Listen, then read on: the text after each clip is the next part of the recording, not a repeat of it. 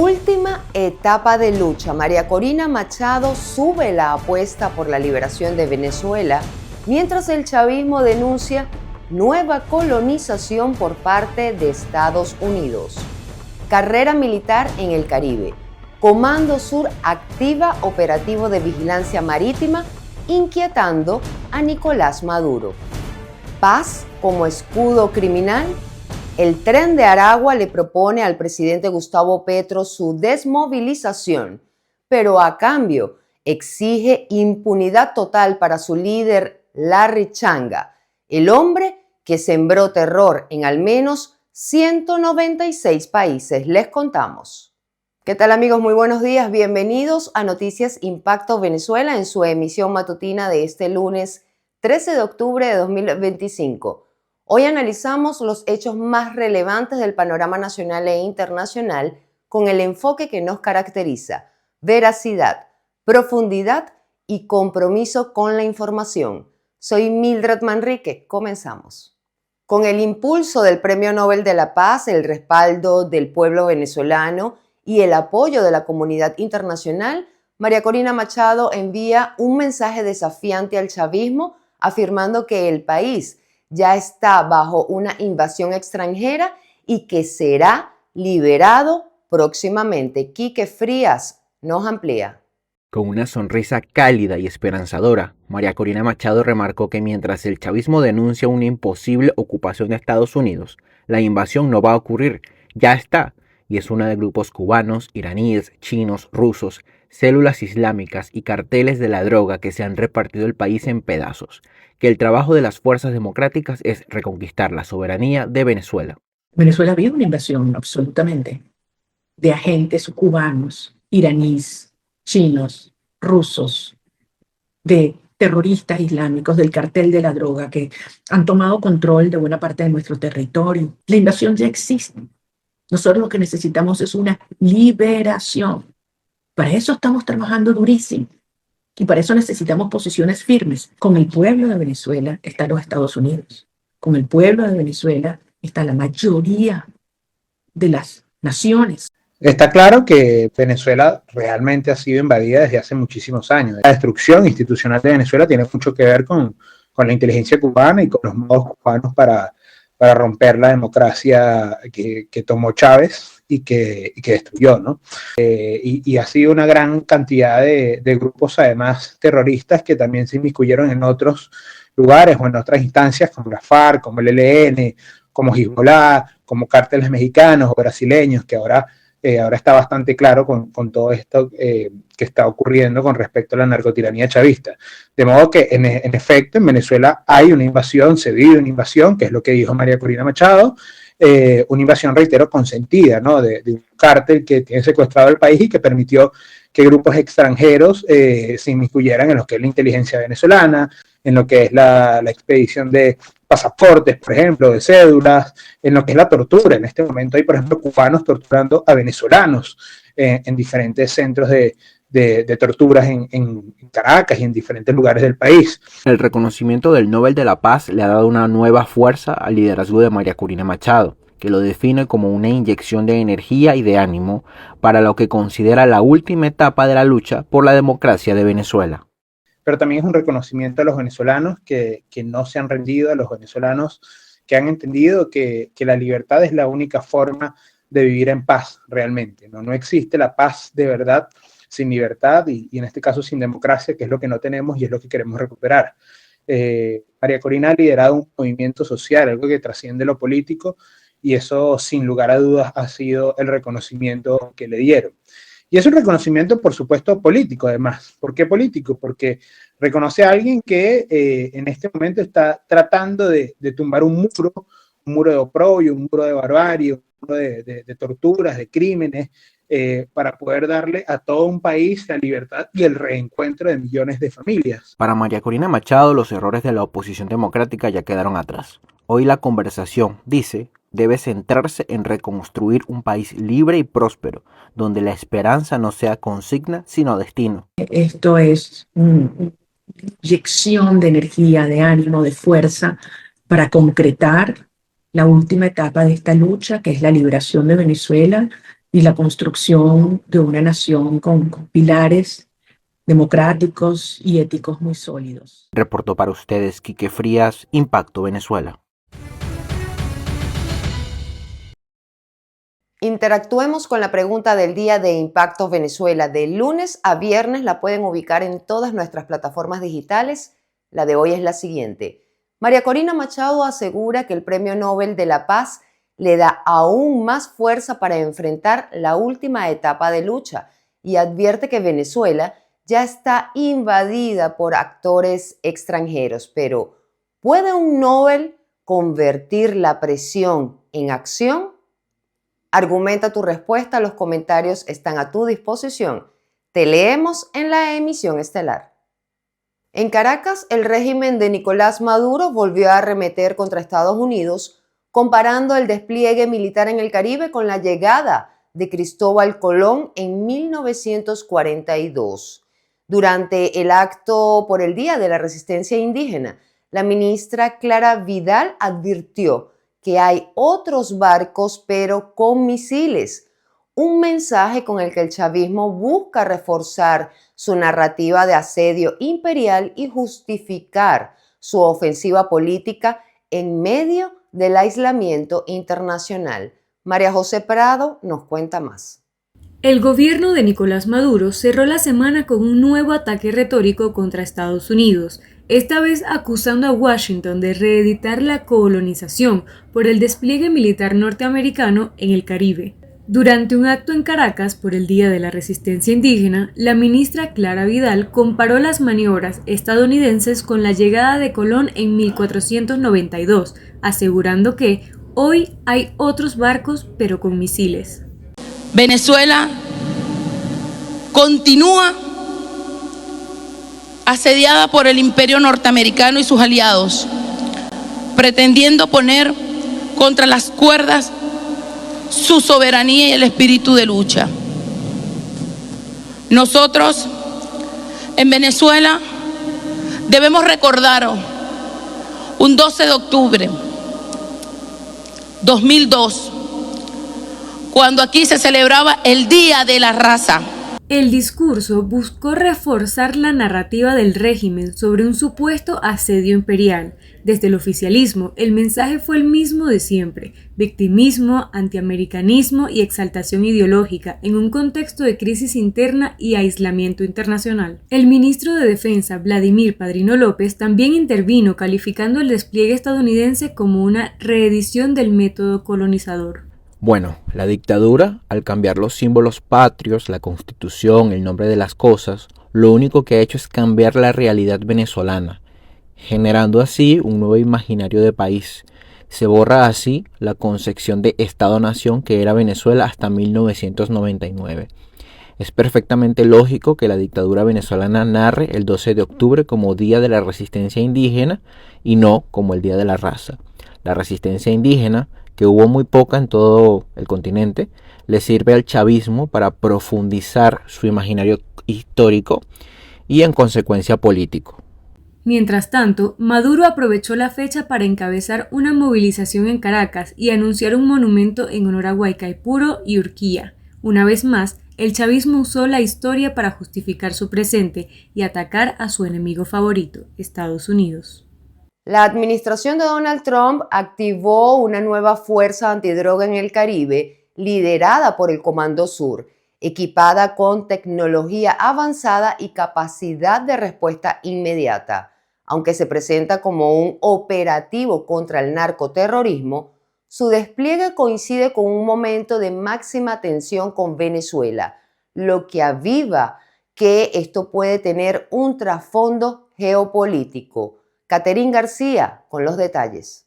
El Comando Sur de Estados Unidos ha anunciado la creación de una nueva fuerza de tarea conjunta antidroga, consolidando una estrategia que busca intensificar la presión operativa y la vigilancia tecnológica en el Caribe y el Pacífico, principales corredores del narcotráfico. Este despliegue se lleva a cabo en un contexto geopolítico de alta tensión con Venezuela por la supuesta vinculación entre el Cártel de los Soles y el Estado. Tiene efectos que van más allá del control del narcotráfico. En el plano geopolítico, refuerza la presencia militar estadounidense en la zona estratégica, incrementando la presión sobre Venezuela y elevando el riesgo de incidentes en áreas de frontera difusa. Diplomáticamente consolida una narrativa que vincula seguridad y criminalidad transnacional, reduciendo los espacios de negociación político con Caracas. A nivel regional, puede generar tensiones con otros países que cooperan con Washington y aquellos que perciben esta estrategia como una forma de injerencia. En el mediano plazo, el énfasis de la superioridad tecnológica y militar podría desplazar rutas ilícitas sin afectar la causa estructural del narcotráfico, debilitando los esfuerzos de gobernanza y desarrollo.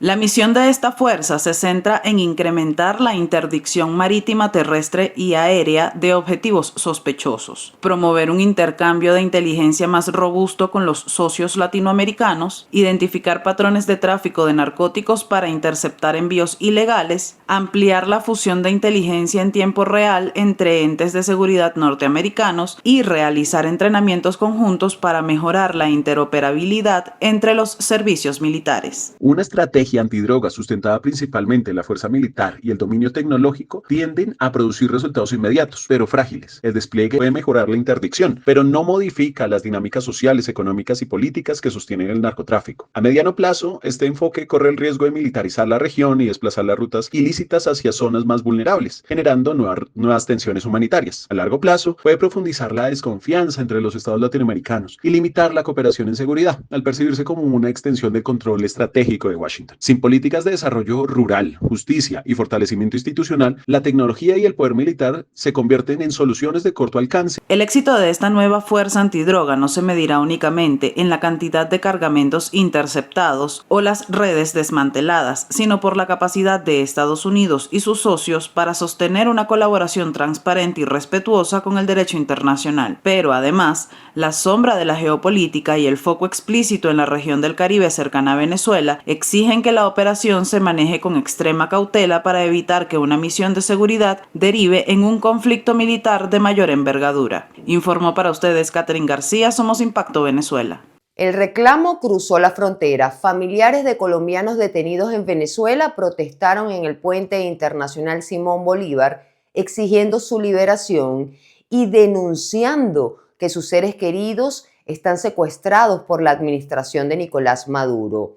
Mientras en Bogotá resonaban las oraciones convocadas por el Premio Nobel de la Paz María Corina Machado, en un país que también comienza a alzar la voz. Juliana Palmar con el reporte. Y hace valer los derechos humanos de nuestros ciudadanos. No ha habido una persona del gobierno que diga, yo me paro aquí y voy a defender los derechos humanos de nuestros connacionales. No lo han hecho. Lo hicieron por 2 chicas en Palestina, lo hicieron por los 2 influencers en México y lo hicieron por los gestores de paz. Es que nuestros familiares, como son pobres, son campesinos, no valen un carajo para el gobierno. No, señor. Ya nosotros, ustedes saben que hemos ido con decencia, hemos ido con calma, hemos ido respetuosamente, pero nos han visto la cara. Lamentablemente nos han visto la cara. La protesta sorprendió por el lugar y el mensaje. En el Puente Internacional Simón Bolívar, familiares de presos políticos colombianos denunciaron que sus parientes no tienen procesos judiciales abiertos y que están retenidos por razones políticas. No están presos, están secuestrados, dijeron entre lágrimas, cuestionando el silencio de las autoridades colombianas ante el gobierno venezolano. Colombia es especialmente particular, sobre todo por esa alianza que no es ideológica, yo creo que va mucho más allá. Yo creo que probablemente Colombia o algunos colombianos no tengan la lectura completa de lo que comporta esa alianza, y tiene mucho que ver con el control institucional del narcotráfico, que es de alguna manera lo que puede apalancar la paz en Colombia y en lo que ha venido profesando Petro. Así que el hecho de que eso ocurra dice mucho del abandono absoluto de las instituciones colombianas frente al sufrimiento de estas familias. El viceministro de Asuntos Multilaterales, Mauricio Jaramillo, escuchó sus reclamos y prometió tramitar ante Caracas cada una de las denuncias, pero las familias insisten, temen por lo que pueda pasar dentro de las cárceles venezolanas, donde abundan los reportes de torturas y malos tratos. Se preguntan, ¿qué esperan los gobiernos aliados para actuar antes de que sea demasiado tarde? No, yo creo que no va a haber ningún punto de inflexión respecto al gobierno colombiano. El gobierno colombiano tiene unos intereses que son mucho mayores que el de sus ciudadanos o de sus connacionales. Yo estoy absolutamente convencido de que no hay ningún interés en defenderlo, ningún interés legítimo, genuino. Por el contrario, esas manifestaciones ponen en evidencia lo que ha sido toda la desesperanza de no haber conseguido ninguna respuesta oficial. Y no consiguen ninguna respuesta oficial y no la van a conseguir porque precisamente Petro está pensando en algo mucho más grande, que es el sostenimiento del poder a partir de desvincularse de cualquier normativa diplomática. En Bogotá, la presión tomó un tono espiritual. Durante una vigilia encabezada por simpatizantes de María Corina Machado, se elevaron oraciones por la liberación de los presos políticos y por la canonización de José Gregorio Hernández y Carmen Rendiles, un símbolo de fe, pero también de resistencia, en medio del silencio diplomático que aún domina la región. Larry Amaury Álvarez Núñez, mejor conocido como Larry Changa, cofundador del Tren de Aragua y requerido por la Interpol en 196 países, desde su celda en la cárcel de La Picota, ha enviado una carta al presidente Gustavo Petro solicitando ser gestor de paz para liderar la desmovilización de la banda criminal más temida de Sudamérica. Génesis Pérez nos trae todos los detalles de esta información. Larry Amaury Álvarez Núñez, alias Larry Changa, uno de los cerebros originales de la organización criminal Tren de Aragua que exportó el terror por Sudamérica, escribió una carta al presidente Gustavo Petro para pedir que lo nombre gestor de paz y abra una mesa de diálogos con su grupo. En el mismo documento, Changa, preso desde julio de 2024 y con extradición aprobada hacia Chile, pide además que se suspenda temporalmente este proceso mientras se adelantan conversaciones exploratorias para una posible desmovilización. Ahorita no hay un marco, digamos, como concreto que defina cuáles van a ser realmente las penas transitorias o cómo va a ser ese proceso de sometimiento, o si, por ejemplo, el Tren de Aragua se sube al tren de la negociación, cómo se van a dar esas entregas de armas y cómo se va a dar esa desmovilización. El hombre que expandió la marca del Tren de Aragua por el continente, lavando dinero en panaderías y discotecas, ahora promete aportar a la reconciliación nacional, ofrecer verdad y promover la no repetición. Pero detrás de su repentino espíritu pacificador se esconde una jugada que podría poner a prueba los cimientos éticos de la paz total. Porque si el gobierno decide escucharlo, estaría abriéndole la puerta al primer diálogo con una organización que ni siquiera Colombia reconoce como insurgente, sino como una estructura puramente criminal. Se tiene la suficiente certeza de cómo se van a llevar esos procesos, pero adicionalmente porque no se está hablando de un solo proceso como en la época Santos, que el objetivo final era de movilizar a la FARC. Petro ha insistido en que los miembros del Tren de Aragua son jóvenes excluidos por la migración forzada, una visión que contrasta con la etiqueta de grupo terrorista que les da Estados Unidos y con los informes de inteligencia que describen al tren como una red dedicada al secuestro, la trata y la extorsión transfronteriza. La carta de Larry Changa no solo tensiona la política de paz del gobierno colombiano, la desafía, plantea un dilema moral y político. Si el Estado negocia con quien hizo de la violencia un modelo de exportación, la paz total se convierte en una política de perdón universal o en la nueva coartada de los criminales para evitar la extradición y reinventarse bajo el mando del discurso progresista. Génesis Pérez para Impacto Venezuela. Seguimos con dos noticias destacadas en nuestra cápsula informativa Impacto en 60 segundos. Quédense conmigo. Crisis financiera de la ONU impacta en misión que investiga violaciones de derechos humanos en Venezuela. Las renuncias de los expertos Francisco Cox y Patricia Tapatá a la misión de determinación de hechos sobre Venezuela evidencian que los problemas de la misión no solo son la falta de acceso a datos y al país, sino también la grave crisis de financiamiento que atraviesa Naciones Unidas, lo que ha provocado recortes en distintas áreas. La escasez de recursos ha mermado el personal investigador de la misión y pone en riesgo la legitimidad, solidez y continuidad para investigar violaciones de derechos humanos y crímenes de lesa humanidad en el país. La Plaza de los Rehenes llena de emociones encontradas por el regreso de los secuestrados. Cientos de personas se congregaron en la Plaza de los Rehenes de Tel Aviv la madrugada de este lunes con una mezcla de euforia, tensión y dolor ante la inminente liberación de 48 secuestrados por Hamas, de los cuales se estima que solo 20 continúan con vida. La portavoz del gobierno de Israel, Shos Bedrossin, declaró que el personal del Comité de la Cruz Roja se encargará de recibir a los cautivos y de entregarlos al ejército en zonas de Gaza controladas por las fuerzas israelíes. Amigos, recuerden que la verdad es el primer paso para el cambio y en Impacto Venezuela seguimos comprometidos con llevarles los hechos tal y como son. Muchísimas gracias por acompañarme cada día en el noticiero de todos los venezolanos. Para más visiten www.impactovenezuela.com y nuestras redes sociales @ImpactoVE. No olviden suscribirse a nuestro canal de YouTube, activar las notificaciones, compartir y por supuesto comentar. Soy Mildred Manrique, que tengan un excelente día, nos vemos mañana.